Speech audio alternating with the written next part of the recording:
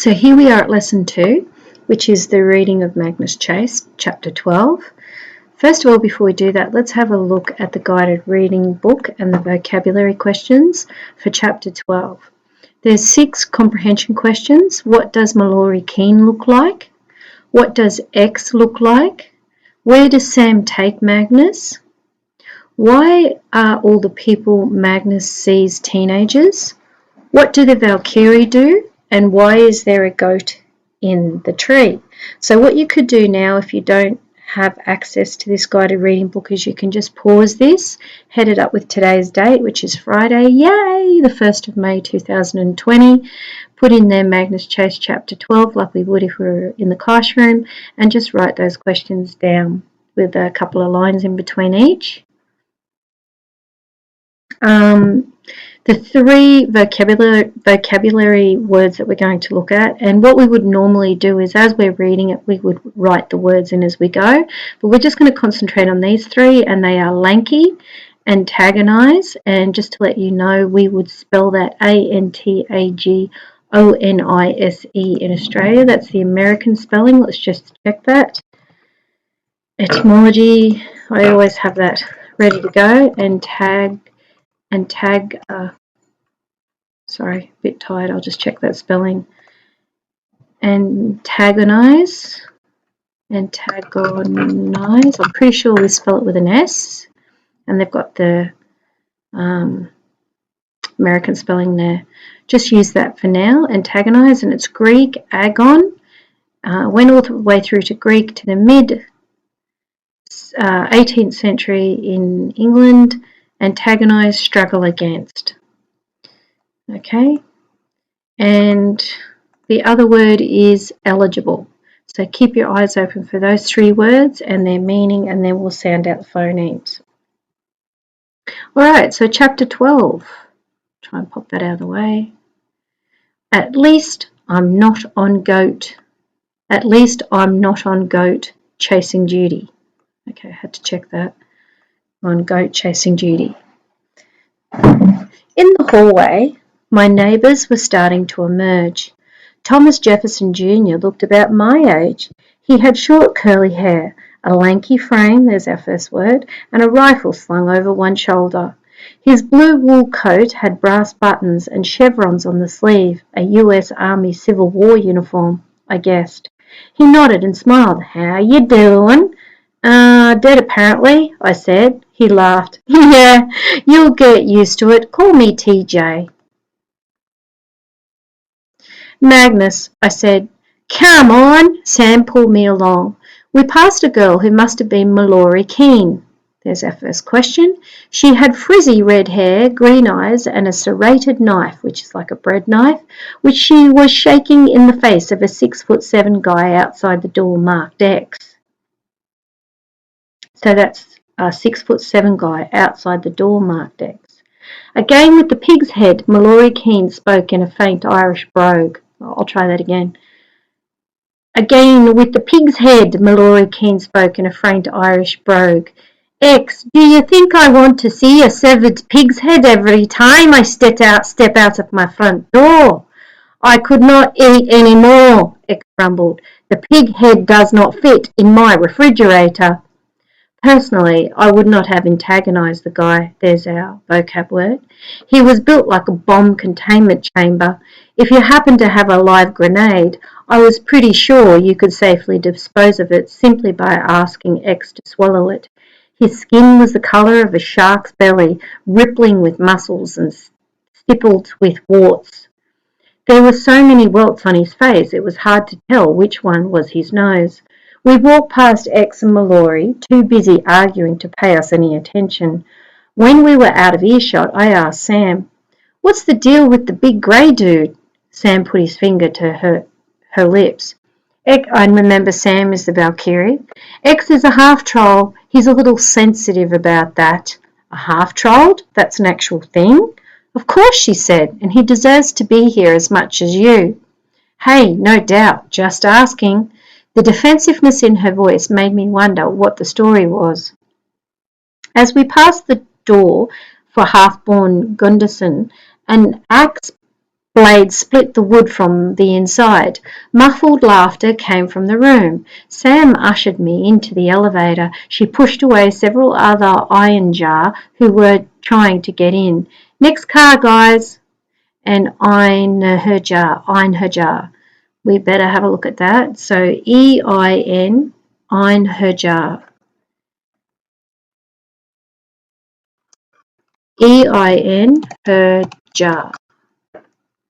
Old Norse, those who fight alone, or those who belong to an army.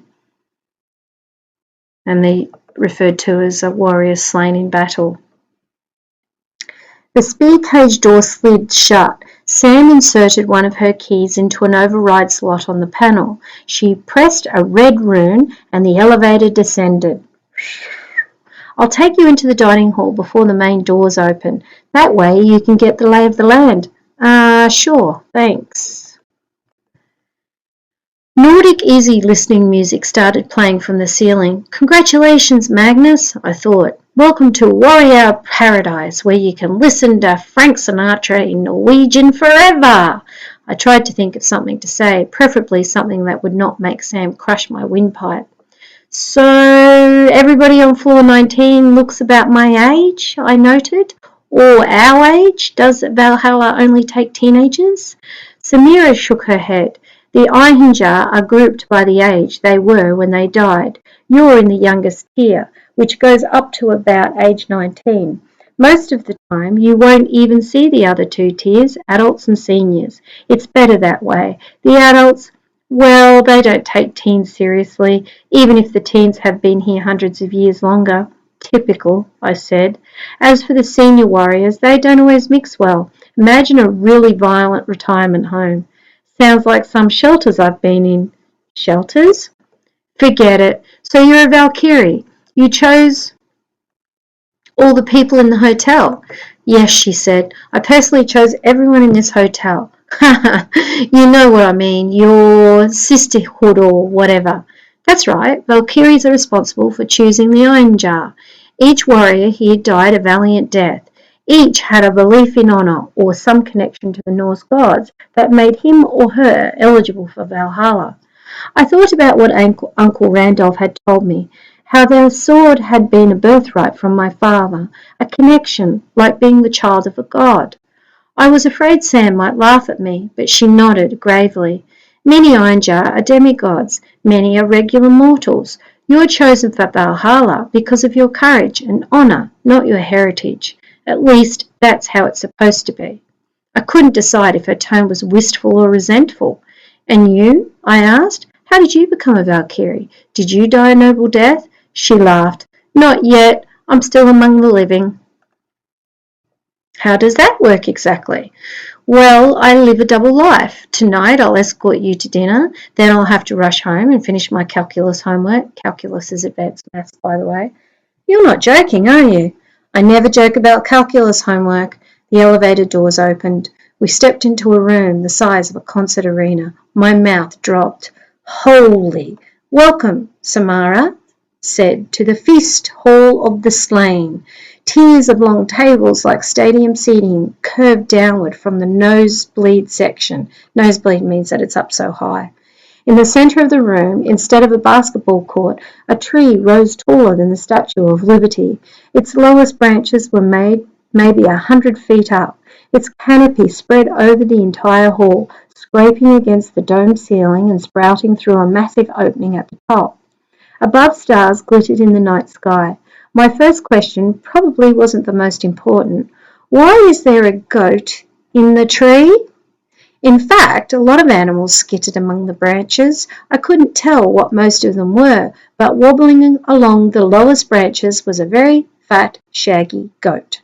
Its swollen udders rained milk like leaky shower heads. Below on the dining hall floor, a team of 4 stocky warriors carried a big golden bucket on poles set across their shoulders. They shuffled back and forth, trying to stay under the goat so they could catch the streams of milk. Judging by how soaked the warriors were, they missed a lot. The goat is Hedron, Sam told me. Her milk is brewed to make the mead of Valhalla. It's good stuff, you'll see. And the guy's chasing her around? Yeah, that's a thankless job. Behave yourself, or you might get assigned to that duty. Couldn't they just, I don't know, bring the goat down here? She's a free-range goat. Her meat tastes better that way. Of course it does, I said. And all the other animals? I see squirrels and possums and sugar gliders and sloths, Sam offered. Those are cute. Okay, but you guys eat dinner here. That can't be hygienic with all the animal droppings. The animals in the tree of Ladra are well behaved. The tree of Larada. You named your tree. All of these things are based on Nordic history, so where these words are, you can look them up and find out what their exact meanings are in Nordic definitions. Most important things have names. She frowned at me. Who are you again? Very funny. Some of the animals are immortal and have particular jobs. I can't spot him right now, but somewhere up there is a stag named Icathremia. You call him Ike for short. You see the waterfall? It was hard to miss. From somewhere high in the tree, water ran down grooves in the bark and formed one powerful torrent that cascaded off a branch in a roaring white curtain. It crashed into a pond the size of an Olympic pool between two of the tree's roots. Stag's horns spray water non-stop, Sam said. It flows down the branches into the lake. From there, it goes underground and feeds every river in every world. So, all water is staghorn runoff? I'm pretty sure that's not what they taught me in earth science. It's not all from Ike's horns. There's also snow melt, rainwater, pollutants, and a trace amount of fluoride and Jotun spit. Jotun? You know, giants. She didn't appear to be kidding, though it was hard to be sure. Her face was full of tense humour, her eyes darting and alert, her lips pressed together like she was either suppressing a laugh or expecting an attack. I could imagine her doing stand-up comedy, though maybe not with the axe at her side. Her features also seemed strangely familiar. The line of her nose, the curve of her jaw, the subtle streaks of red and copper in her dark hair. Have we met before? I asked. I mean, before you chose my soul for Valhalla. I doubt it, she said. But you're mortal. You live in Boston. Dorchester. I'm a sophomore at King Academy. I live with my grandparents and spend most of my time finding excuses to cover for my Valkyrie activities. Tonight, Ed and Bibi think I'm tutoring a group of elementary students in math. Any other questions? Her eyes sent the opposite message. Enough with the personal stuff. I wondered why she lived with her grandparents. Then I remembered what she'd said earlier about understanding what it was like to grieve for a mother. No more questions, I decided. My head would explode. That would be messy, Sam said. Let's get you a seat. Before, around the perimeter of the room, 100 doors burst open. The armies of Valhalla swarmed in. Dinner is served, Sam said. And next week's chapter 13, Phil the Potato meets his doom. Let's go and see if we can answer some of these questions now. And remember, as you're doing those, you can pause me and please make sure that you think of your answer first, you use punctuation, and you give a nice sentence. Okay, now I'm not going to go through with the answers there. I made sure that I pointed them out. So write your answers in and send those in to me.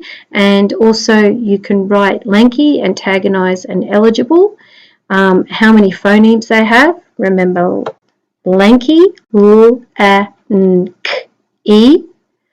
Antagonize, a, n, t, a, k, o, nice. Eligible, e-l-i-j-i-b-l. Okay, and the first sound and the last sound. Find a synonym, and you can find that in the etymology when you look it up, and write the word in red for a vowel and blue for a consonant. Okay, I hope you enjoyed that story and doing those activities, and I'll see you in the last lesson for math, which will be a very quick one.